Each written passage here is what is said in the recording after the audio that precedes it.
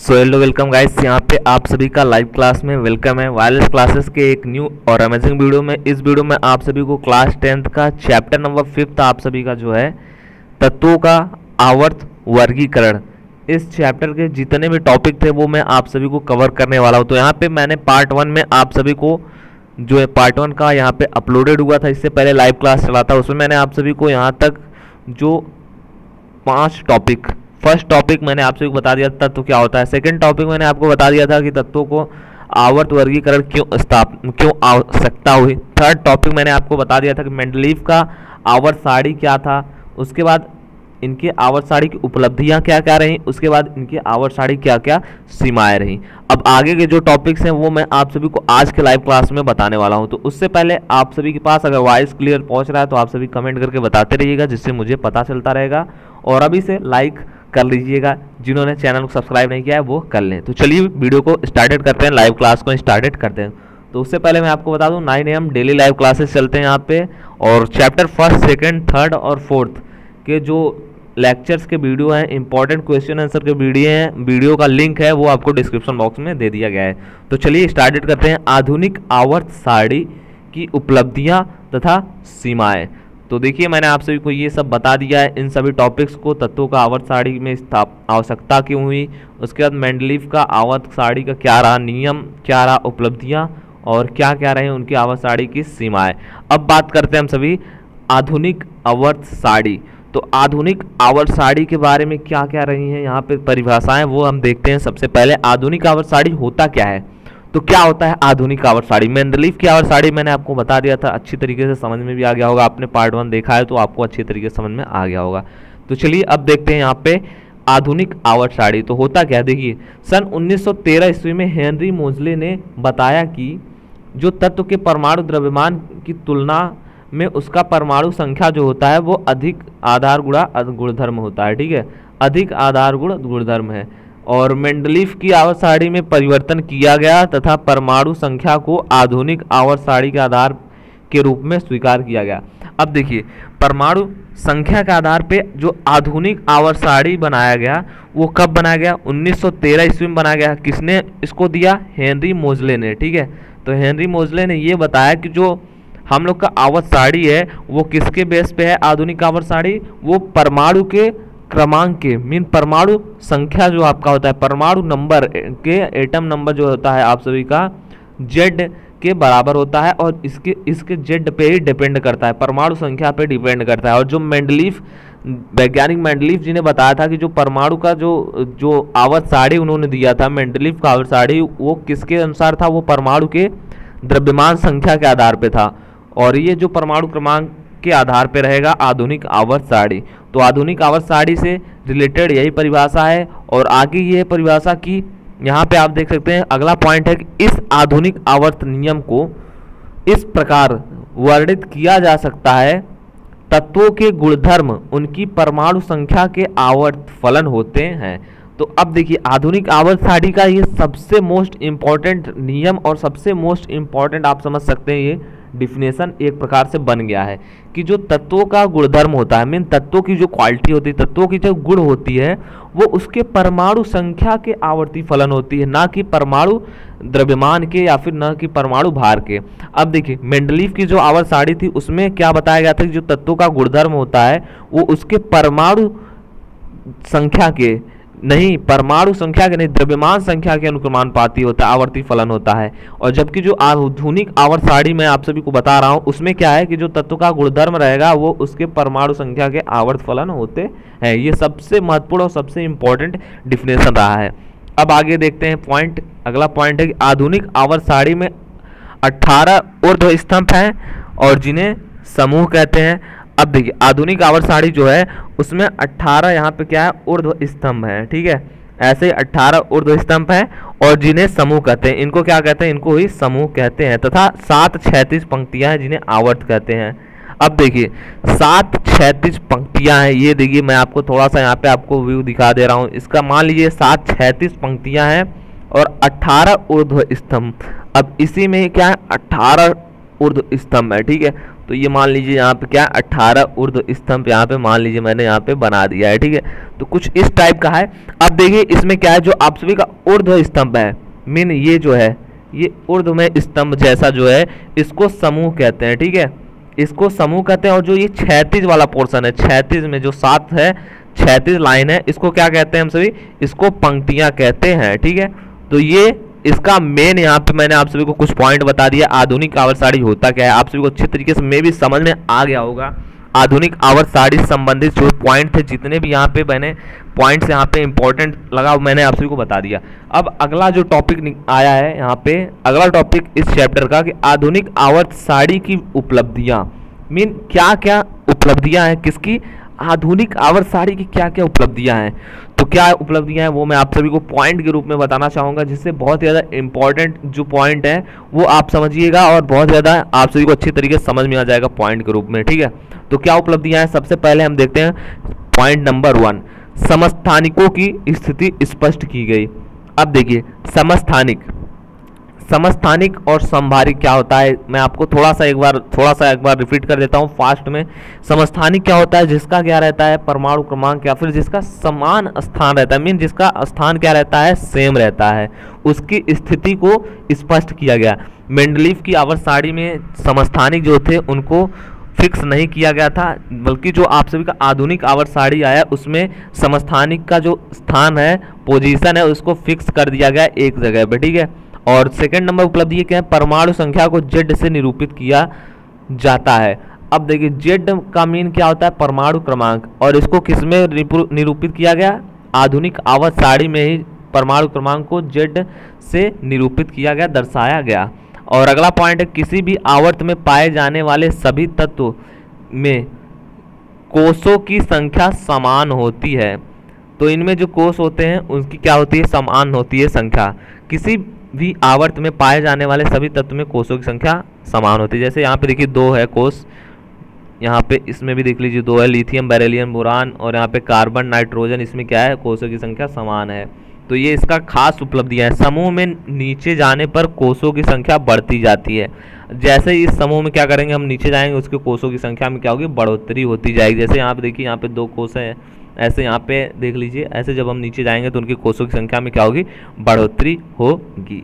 अब यहाँ पे देख लीजिए अगला यहाँ पे जो टॉपिक है, आधुनिक आवर्त सारणी की क्या है, प्रवृत्ति, आधुनिक आवर्त सारणी की प्रवृत्ति, अगला टॉपिक यहाँ पर निकल के आ रहा है। और अगला टॉपिक आप सभी को यही पढ़ना है, आधुनिक आवर्त सारणी की प्रवृत्ति में सबसे पहली जो इसकी प्रवृत्ति हम सभी पढ़ेंगे कि आधुनिक आवर्त सारणी में जो तत्व होते हैं उसकी संयोजकता क्या होती है, संयोजकता उनकी क्या होती है, कैसी होती है, इससे रिलेटेड यहाँ पे हम सभी पढ़ेंगे, ठीक है। तो चलिए पढ़ते हैं, बहुत ही ज़्यादा इंटरेस्टिंग होगा और आप सभी को अच्छी तरीके से समझ में भी आ रहा होगा। तो देखिए सबसे पहले संयोजकता क्या होता है, तो सबसे पहले हम से पढ़ते हैं यहाँ पे संयोजकता। तो परमाणु के सबसे बाहरी कोष में उपस्थित इलेक्ट्रॉनों की संख्या को संयोजकता कहते हैं। तो अब सबसे पहले आपके माइंड में आया कि संयोजकता होता क्या है। संयोजकता हेडिंग है, तो संयोजकता के बारे में आपको जानना बहुत ही इंपॉर्टेंट है कि संयोजकता क्या होता है। किसी भी परमाणु के बाहरी कोष में उपस्थित जो भी इलेक्ट्रॉन होते हैं उस परमाणु का या फिर उस यहाँ पे उस परमाणु के जो भी बाहरी कोष में सबसे लास्ट वाले कोष में जो इलेक्ट्रॉन रहेगा वही उसका क्या होगा, वही उसकी बैलेंसी होगी, वही उसकी क्या होगी, संयोजकता होगी। अब आगे क्या है, समूह में ऊपर से नीचे जाने पर संयोजकता समान रहती है, परंतु आवर्त में बाएं से दाएं जाने पर पहले 1 से 4 तक बढ़ती है और उसके बाद घटकर 0 हो जाती है। तो जब हम सभी इस आधुनिक आवर्त सारणी के सब समूह में ऊपर से नीचे की तरफ जाते हैं तो संयोजकता क्या रहेगी, समान ही रहेगी। परंतु जब हम सभी बाएं से दाएं की तरफ, मीन जब देखिए ऊपर से नीचे की तरफ हम सभी जाएंगे तो समान रहेगी, लेकिन जब हम सभी बाएं से दाएं की तरफ जाएंगे यहाँ पे तो क्या हो जाएगा, यहाँ पे इसकी संयोजकता घट जाएगी, ठीक है। उसके बाद घटेगी, उसके बाद बढ़ती चली जाएगी। देखिए यहाँ पे जैसे एग्जांपल मैंने आप सभी को दिखा दिया, यहाँ पे सोडियम है, मैग्नीशियम है, एल्युमिनियम है, सिलिकॉन है, फास्फोरस, सल्फर, क्लोरीन, आर्गन। तो यहाँ देखिए 1 से 4 तक की संयोजकता क्या आ रही है, बढ़ रही है। उसके बाद फास्फोरस, सल्फर, क्लोरीन, आर्गन की संयोजकता क्या हो रही है, 3, 2, 1, 0 घट रही है। यही आप सभी को बताया जा रहा है, यही आप सभी को समझाया जा रहा है, ठीक है। संयोजकता आप सभी को अच्छी तरीके से समझ में आ गया होगा। किसी परमाणु के बाहरी कोष में जितने भी इलेक्ट्रॉन होते हैं उसकी संयोजकता उतनी ही होती है। संयोजकता ऊपर से नीचे की तरफ जाने पर बढ़ती है और बाएं से दाएं की तरफ जाने पर पहले से 1 से 4 तक के तत्व जो रहते हैं उनकी संयोजकता बढ़ेगी, बाकी सबकी घटने लगती है। अब अगला है परमाणु साइज। ठीक है। परमाणु साइज, तो देखिए परमाणु साइज क्या होता है, तो परमाणु साइज से परमाणु की त्रिज्या का पता चलता है। एक परमाणु के केंद्र से बाह्यतम कोश की दूरी को परमाणु साइज कहते हैं। अब देखिए मान लीजिए कोई भी परमाणु है, ठीक है, इसका ये क्या है, केंद्र है। केंद्र से बाह्यतम कोश की दूरी, सबसे बाह्यतम कोश की दूरी को ही हम सभी क्या कहेंगे, उसकी त्रिज्या भी कहेंगे, उसको ही परमाणु साइज कहेंगे। अब मान लीजिए कोश ये है, सबसे बाह्यतम कोश ये है, तो यहाँ तक की दूरी मीन यहाँ से यहाँ तक की दूरी को हम सभी क्या कहेंगे, परमाणु साइज। यही होता है परमाणु साइज। अब देखिए परमाणु साइज में क्या होता है, इफेक्ट पीरियोडिक टेबल में, तो आवर्त में बाएं से दाएं जाने पर परमाणु साइज या त्रिज्या घटती है। अब देखिए मान लीजिए आवर्त सारणी है यहाँ पे, उसमें क्या होगा, बाएं से दाएं की तरफ हम सभी जब जाएंगे तो उसकी क्या होगी, त्रिज्या घटेगी। त्रिज्या घटेगी मीन उसका परमाणु का जो साइज होगा वो कम होगा, क्योंकि नाभिकीय आवेश में क्रमिक वृद्धि होगा और उसका जो नाभिकीय आवेश होगा उसमें वृद्धि होगा, इसलिए उसका त्रिज्या क्या होगा, घट जाएगा। जैसे देख लीजिए यहाँ पे एग्जाम्पल मैंने आप सभी को दिखा दिया है। थर्ड आवत है sodium, magnesium, aluminium, silicon, phosphorus, sulphur, chlorine आर यहाँ पे है।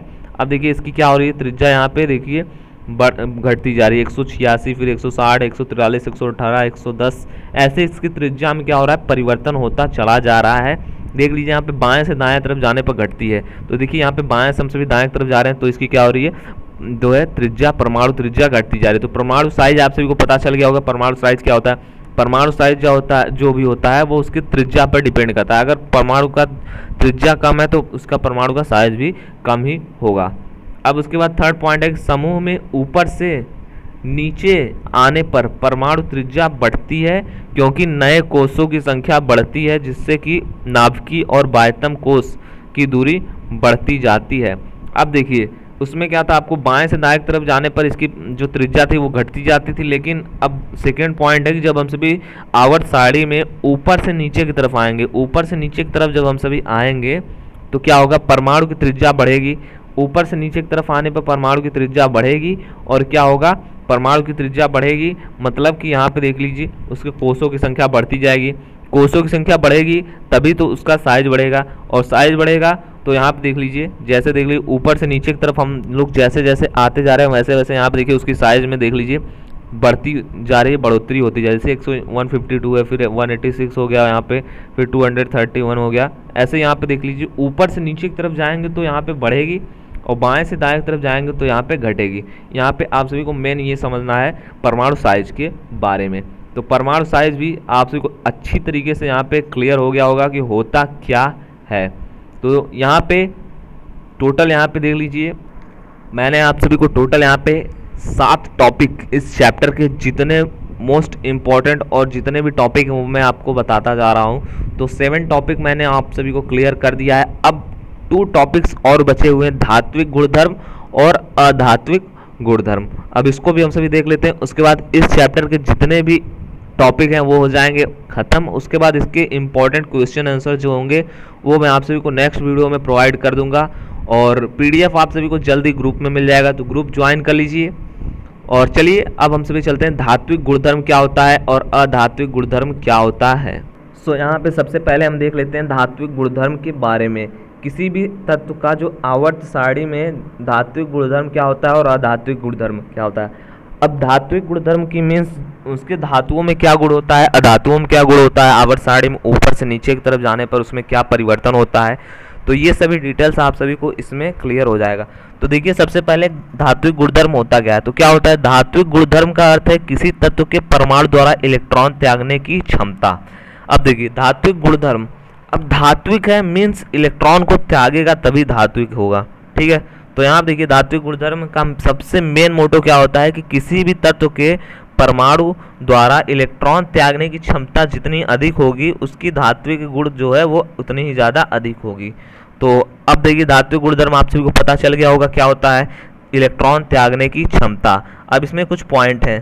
धातुएं आवर्त सारणी में बाएं तरफ हैं। अब देखिए आप सभी को बहुत अच्छी तरीके से समझ में आ जाएगा कि जो हम सभी का पीरियोडिक टेबल है उसमें जितनी भी धातुएं हैं वो किधर रखी गई हैं, वो बाएं साइड में रखी गई हैं, ठीक है। तो एक पॉइंट आप सभी को क्लियर हो गया, धातुएं आवर्त सारणी में बाएं तरफ हैं, ठीक है। अब सेकंड पॉइंट है आवेश में बाएं से दाएं पर जाने पर धात्विक गुण कम होता है, क्योंकि इलेक्ट्रॉन पर नाभिकीय आवेश बढ़ता है, इलेक्ट्रॉन त्यागने की प्रवृत्ति घट जाती है। अब देखिए आवेश में बाएं से दाएं जाने पर, ये रहा हमारा क्या है, पीरियोडिक टेबल है। बाएं से दाएं की तरफ जब हम सभी जाएंगे पीरियोडिक टेबल में, तो जो धातुएं रहेंगी उसमें क्या होगी, जो होगी वो क्या होगी, उनमें कमी होती नजर आएगी, और उसके साथ साथ उसके इलेक्ट्रॉन जो त्यागने की क्षमता होगी उसमें भी कमी होगी। अब इलेक्ट्रॉन त्यागने की क्षमता में जब कमी होगी तो क्या हो जाएंगे, वो धातुओं की क्षमता क्या होगी, उनके अंदर से नष्ट हो जाएगी। तो यही यहाँ पे है, तो प्रवृत्ति घट जाएगी। थर्ड पॉइंट है कि धातु इलेक्ट्रॉन खोते हैं और धनात्मक आयन बनाते हैं, अतः धातु जो होते हैं वैद्युत धनात्मक तत्व कहलाते हैं। जी हाँ, जो धातुएं होती हैं वो इलेक्ट्रॉन को क्या करती हैं, खोते हैं। मतलब ये जो धातुएं होती हैं वो क्या करेंगे, वो इलेक्ट्रॉन को ये क्या करेंगी, एक इलेक्ट्रॉन को डोनेट कर देंगी और अपने ऊपर धनायन बना लेती हैं, जैसे यहाँ पे हो जाता है। ठीक है, तो ऐसे धातुएं जो होती है वो धनायन बन जाती हैं, इसलिए उनको हम सभी धातु जो है धातु वैद्युत धनात्मक कह सकते हैं। और उसके बाद थर्ड पॉइंट है यहाँ पे अगला पॉइंट कि समूह में ऊपर से नीचे आने पर धात्विक गुण बढ़ता है, क्योंकि संयोजकता इलेक्ट्रॉनों पर नाभिकीय आवेश घटता है तथा बाहरी इलेक्ट्रॉन सुगमता पूर्वक निकल जाते हैं। अब मान लीजिए ये हमारा क्या है, पीरियोडिक टेबल है, इसमें हम सभी क्या जा रहे हैं, ऊपर से नीचे आने पर। ये ऊपर से हम सभी जब नीचे आएंगे तो जो धातुएं रहेगी उसकी संयोजकता में क्या होगी, वो घटती चली जाएगी। मतलब उनका जो नाभिकीय आवेश होगा वो घटेगा, और इलेक्ट्रॉन जो होगा नाभिकीय आवेश घटेगा, मतलब इलेक्ट्रॉन जो होगा वो आसानी से बाहर चला जाएगा। तो ये था धातुओं का आवर्त सारणी में कुछ गुणधर्म, कुछ उसके रिलेटेड जो जितने भी यहाँ पे क्वेरी थे वो आपको सॉल्व हो जाएंगे। अब लास्ट टॉपिक है इस चैप्टर का अधात्विक गुणधर्म आवर्त सारणी में। तो अधातुएं क्या होती हैं, सबसे पहले ये समझिए। अधातुएं, पहला पॉइंट यहाँ पे कि अधातुएं वैद्युत ऋणात्मक होती हैं, वह इलेक्ट्रॉन को ग्रहण करती हैं। जी हाँ, अधातुएं क्या होती हैं, वैद्युत ऋणात्मक होती हैं। धनात्मक क्या होती हैं, धातुएं होती हैं। धातुएं धनात्मक किस लिए होती हैं, क्योंकि वो इलेक्ट्रॉन को क्या करती हैं, डोनेट करती हैं। डोनेट करती हैं मतलब दूसरे को देती हैं। और जो अधातुएं होती हैं वो क्या करती हैं, इलेक्ट्रॉन को ग्रहण करती हैं। अब ये इलेक्ट्रॉन को ग्रहण करेंगी मतलब इनके पास क्या हो जाएगा, इनके पास हो जाएगा ऋणायन। ऋणायन हो जाएगा मतलब ये क्या हो जाएंगे, वैद्युत ऋणात्मक हो जाएंगी। सेकेंड नंबर पॉइंट है यहाँ पे कि अधातुएं आवर्त सारणी में दाएं और पाई जाती हैं। जी हाँ, पीरियोडिक टेबल है तो यहाँ पे बाएं तरफ क्या है, धातुएं हैं, तो दाएं तरफ यहाँ पे क्या हो जाएगा, ये अधातुएं रहती हैं। बहुत ही इंपॉर्टेंट पॉइंट है ये सभी। आवर्त में बाएं से दाएं जाने पर जो है अधात्विक गुण बढ़ता है। आवर्त सारणी में जब हमसे बाएं से दाएं तरफ जाएंगे तो क्या होगा, आवर्त सारणी में उनका अधात्विक गुण बढ़ेगा। अधात्विक गुण इसलिए बढ़ेगा क्योंकि यहाँ पे क्या रहती हैं, धातुएं रहती हैं। धातुएं क्या होंगी, जब बाएं से दाएं तरफ जाएंगे तो इस उनकी जो होती है इलेक्ट्रॉन त्यागने की क्षमता में क्या होती है, वो घटोत्तरी होती चली जाती है, मतलब कमी होती है। कमी होगी इलेक्ट्रॉन त्यागने की क्षमता में, मतलब वो क्या हो जाएंगी, इलेक्ट्रॉन को ग्रहण करने की क्षमता उनके अंदर आती चली जाएगी, तो वो क्या हो जाएंगे, वो अधातुएं बन जाएंगे धीरे धीरे। तो यहाँ पे इनका क्या होता है, अधात्विक गुण बढ़ता है। नेक्स्ट पॉइंट है कि समूह में ऊपर से नीचे आने पर अधात्विक गुण कम हो जाता है। जी हाँ, पीरियोडिक टेबल में क्या होता है, ऊपर से जब हम नीचे आते हैं तो उनका जो गुण होता है इलेक्ट्रॉन त्यागने की क्षमता, इलेक्ट्रॉन को ग्रहण करने की क्षमता, उनमें क्या होती है, कमी नजर आती है, कमी देखने को मिलती है। और यहाँ पे अगला पॉइंट है कि आवर्त सारणी के मध्य में उपधातु या अर्धधातुएं पाई जाती हैं। तो आवर्त सारणी यहाँ पे जो है पीरियोडिक टेबल है, इसके जो मिडिल पोर्शन में क्या होता है कि अब उपधातु होती हैं और अर्धधातुएं पाई जाती हैं। अब उपधातुएं और अर्धधातुएं कैसे होती हैं वो मैं आपको अलग से यहाँ पे बता देता हूँ कि आप देखिए यहाँ पे क्या होती हैं, धातुएं होती हैं, यहाँ पे क्या होती हैं, अधातुएं होती हैं। और यहाँ पे जो आपका मिडिल वाला सेक्शन है उसमें क्या होता है, धातुओं का इलेक्ट्रॉन त्यागने की क्षमता जो होती है उसमें कमी होती है। और यहाँ पे इस साइड में क्या होता है, यहाँ पे इसके इलेक्ट्रॉन को ग्रहण करने की क्षमता में भी कमी होती है। तो इसलिए यहाँ पे क्या होता है, उपधातुएं हो जाती हैं और यहाँ पे अर्धधातुएं बन जाती हैं, इसलिए उनको यहाँ पे रखा गया है, अधातुओं को और उपधातुओं को। और लास्ट नंबर पॉइंट है, धातुएं ऑक्साइड क्षारीय प्रकृति के होते हैं, जबकि धातुएं ऑक्साइड प्रकृति के होते हैं। ठीक है, तो यहाँ पे जो धातु होते हैं वो ऑक्साइड क्षारीय प्रकृति के होते हैं, जबकि जो अधातुएं होती हैं वो ऑक्साइड अम्लीय प्रकृति के होते हैं। तो ये रहा, यहाँ पे पूरा डिटेल्स मैंने आप सभी को अच्छी तरीके से पॉइंट में समझा दिया कि अधात्विक गुणधर्म क्या होता है आवर्त सारणी में और धात्विक गुणधर्म क्या होता है आवर्त सारणी में। ये सब मैंने आप सभी को बता दिया, अच्छी तरीके से समझा दिया। आधुनिक आवर्त सारणी की क्या क्या प्रवृत्ति है, उपलब्धियाँ हैं, और मेंडलीव की आवर्त सारणी का जो यहाँ पे क्या क्या यहाँ पे उपलब्धियाँ है वो मैंने आपको प्रीवियस कल के जो पार्ट 1 था उसमें मैंने आपको बता दिया है। तो पार्ट 1 जिन्होंने नहीं देखा है वो देख लें। एंड यहाँ पे मैंने आप सभी को बता दिया है इनकी मेंडलीव की आवर्त सारणी की क्या क्या उपलब्धियाँ रही हैं, क्या क्या सीमाएँ हैं, क्या क्या इनकी जो है अच्छी चीज़ें थी। उसके बाद तत्व मैंने आपको बता दिया तत्व होता क्या है। उसके बाद मैंने आपको बता दिया है यहाँ पे कि यहाँ पे तत्व का आवर्त सारणी में क्यों अलग अलग करके रखा गया। तो ये सब पार्ट 1 में मैंने आपको डिस्कस कर दिया था। तो यहाँ पे सारे टॉपिक्स यहाँ पे इस चैप्टर के मैंने कर दिए हैं कंप्लीटेड।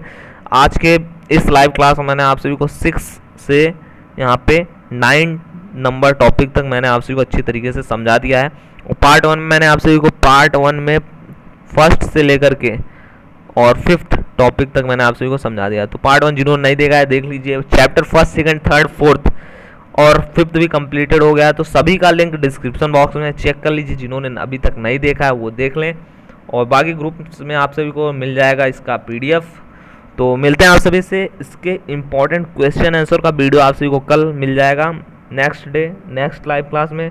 और अगर आपको ये वीडियो अच्छा लगा है तो कंप्लीट आपने वॉच किया है तो आप सभी को अच्छा लगा होगा, तो ज़रूर से कमेंट करिएगा। वीडियो को अपने दोस्तों के साथ ग्रुप्स में और अपने फ्रेंड्स के साथ शेयर करिए जो आपके क्लास 10th के फ्रेंड्स हैं, और उनको भी बताइए चैनल के बारे में। और मिलते हैं आप सभी से नेक्स्ट वीडियो में। तब तक के लिए सभी को thanks for watching this video and keep supporting. धन्यवाद। जय हिंद, जय भारत, वंदे मातरम।